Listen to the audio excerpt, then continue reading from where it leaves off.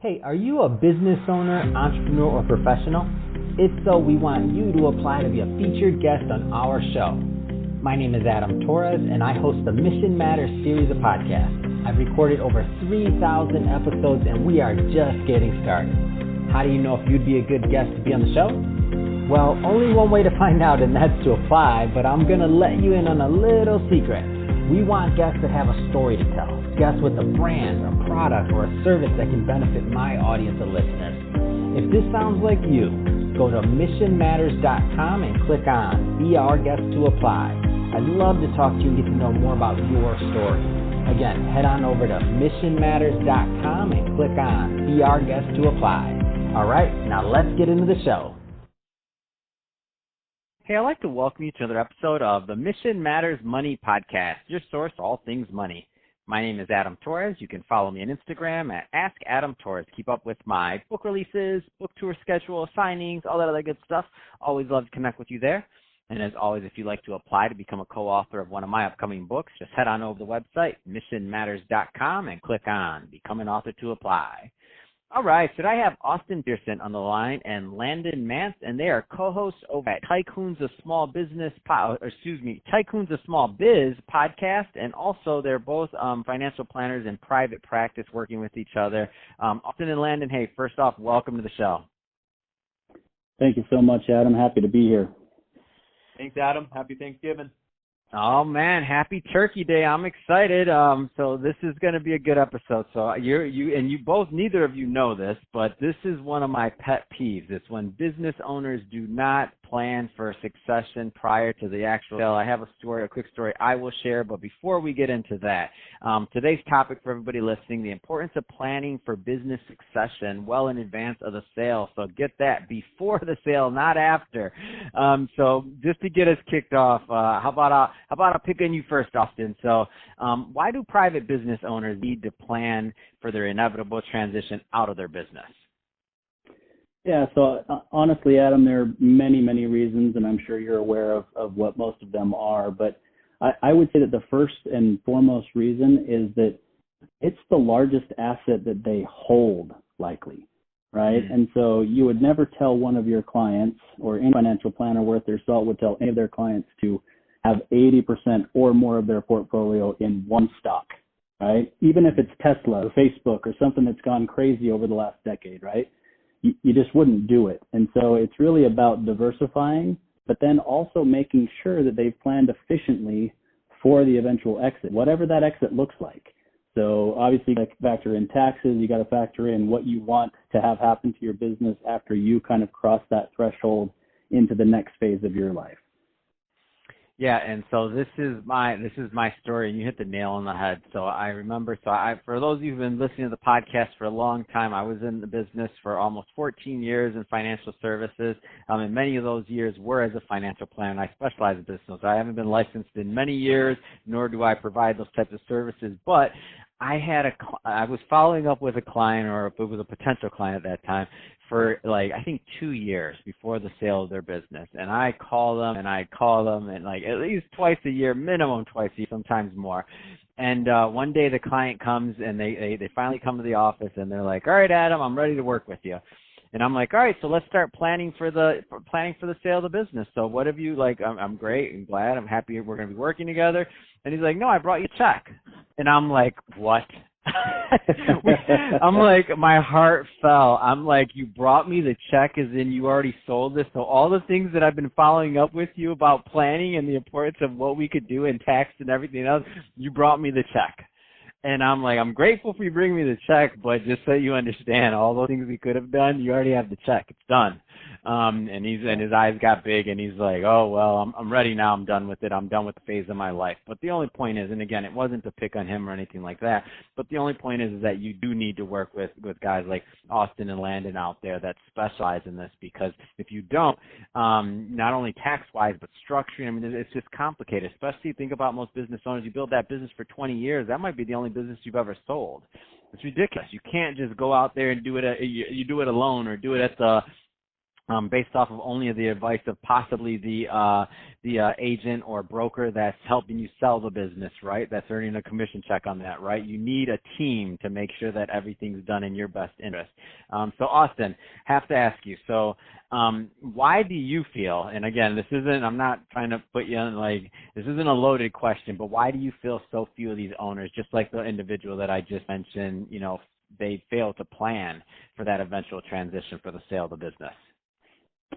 Yeah, so first and foremost, the biggest issue is time, right? Not taking the time to slow down and work on the business because they're so busy working in the business, right? And so because they don't take that time to actually plan, it never ultimately gets done. And part of it is actually people who do what we do for a living. And when I say we, I mean Landon and I's practice and our process is very different than most financial advisors, right? And so guys that are financial advisors that either manage assets or sell insurance products or sell mutual funds or whatever, which we of course do as well, they really kind of show up when it is time to receive that check and say, oh, I'll help you manage that. They're showing up 6 months before the sale rather than the business owner knowing that, 5 to 7 years, maybe even as many as 10 years prior to that sale, I should be working with a planner year in and year out to build the business to what it should be, to maximize that enterprise value and ultimately effectuate the exit that I want to have happen. So what are and just to give a feel, because at the end of this, I will give you and Landon an opportunity to leave, of course, contact information and stuff like that, so that people that want to follow up can. But I do want to make it the right types of individuals and/or business owners connect. What's typically a good fit to work with you two in your practice? Landon, you want to take that, or you want me to quickly go through that? Yeah, no, I'm happy to. Yeah, Adam, most of the private business owners that Austin and I serve, they're in the lower middle market, depending on what definition you look up. But most of the business owners we serve, they're doing between $5 and $50 million of revenue. Fantastic. And I think just to piggyback on that one, Landon, so how does your business model support serving private business owners and really helping them to plan and execute that business sale or transition? Yeah, absolutely. So as you know all too well, Adam, it's pretty difficult to differentiate yourself as a financial advisor, planner, professional, whatever you want to call us. So Austin and I, we feel like our business model, that is one of our differentiating factors, and that is because 99% of financial advisors get paid in one way, and that's getting a big pile of money and managing that money and doing other stuff for a client. But Austin and I's business model is one where we are getting paid first and foremost for our process that we roll out and follow, which is essentially getting paid for advice that we provide to business owners. And so we charge an upfront fee, a flat fee for the advice that we provide, and we take our clients through a financial planning process, which is specific to private business owners. So if a business owner has, $0 or $10 million to invest, we can serve that client, efficiently and effectively. And just to, answer the kind of the second part of that question, which is how does our business model support, helping an owner plan and execute their business sale or transition? Well, Austin and I, we are process experts. We have a very distinct process that essentially is, we do the data gathering just like everybody does, and then we do a personal and a business, an informal business valuation so that a client can understand what their business, may be worth to a willing, buyer out on the market. And then we educate them on all of the different exit options so that we can help them understand what impact each of those is going to have on them personally, the impact that it's going to have potentially on their business, which includes of course, their employees. So by really just focusing on that education piece, it allows an owner to be super confident and empowers them to make a decision that is going to be in the best interest of all the things that I just listed. Is there any particular niches that you work with specifically or specialize in versus others, or is it pretty much everything's just custom? If there's a business that matches and it might be a good relationship fit, then they should connect with you. I mean, just trying to get a feel for what types of businesses you like working with there in terms of niche. Yeah, that's a great question, and I think that is something that Austin and I are still continuing to fine tune. Because right now, we have clients that own fast food, very successful fast food chains. We've got clients in the travel industry, the medical industry. So we've got really clients across the board. And as you very well know, Adam, business owner clients, they like to think that they have these really unique issues to them and their businesses, but that's just not the case. Most business owners have the same issues, the same problems, have, a lack of planning in all these different areas. So we do not have a specific business industry that we work with, but I think someday we'll probably get there. So I want to spend a little bit of time talking about the podcast. So for my audience, I love supporting other podcasters and getting shows out there, and I want everybody to definitely go and take a listen to this. So tell us a little bit more about Tycoons of SmallBiz and what my listeners can expect when they go over there and listen, as they shall. Yeah, so I'll take that if that's all right, Len. It's a podcast that we started earlier this year. It's something that it's actually something Landon's been trying to get me to do for quite some time, and I just wasn't convinced that I had the time to do it.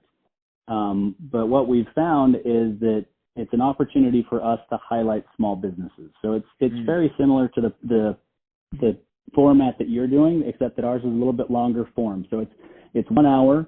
We have a business owner come in and talk about themselves and their business, share advice, share best practices, and really at the end of it, we're giving them this material that they can use for their own advertising purposes, their own social media, whatever it is they choose to use it for.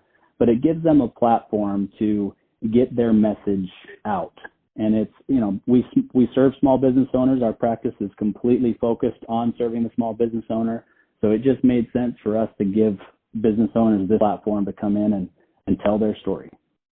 That's awesome. I love it. It's a great service you're doing, and it's not easy to do. And I see you have quite a few episodes already out there, so that's awesome. And for everybody listening, again, definitely go check that out.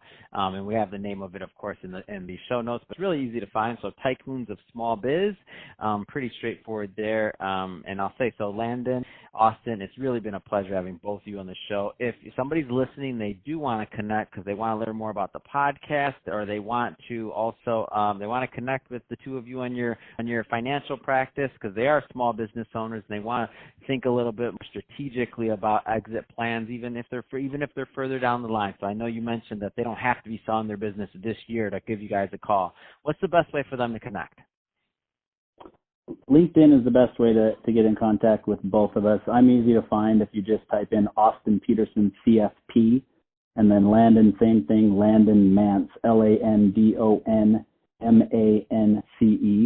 And I'll just mention real quick, we're based in Scottsdale, Arizona, and Las Vegas, Nevada, but we serve clients at this point in 14 states nationwide. So especially nowadays with Zoom being so prevalent, we serve many business owners in many other states.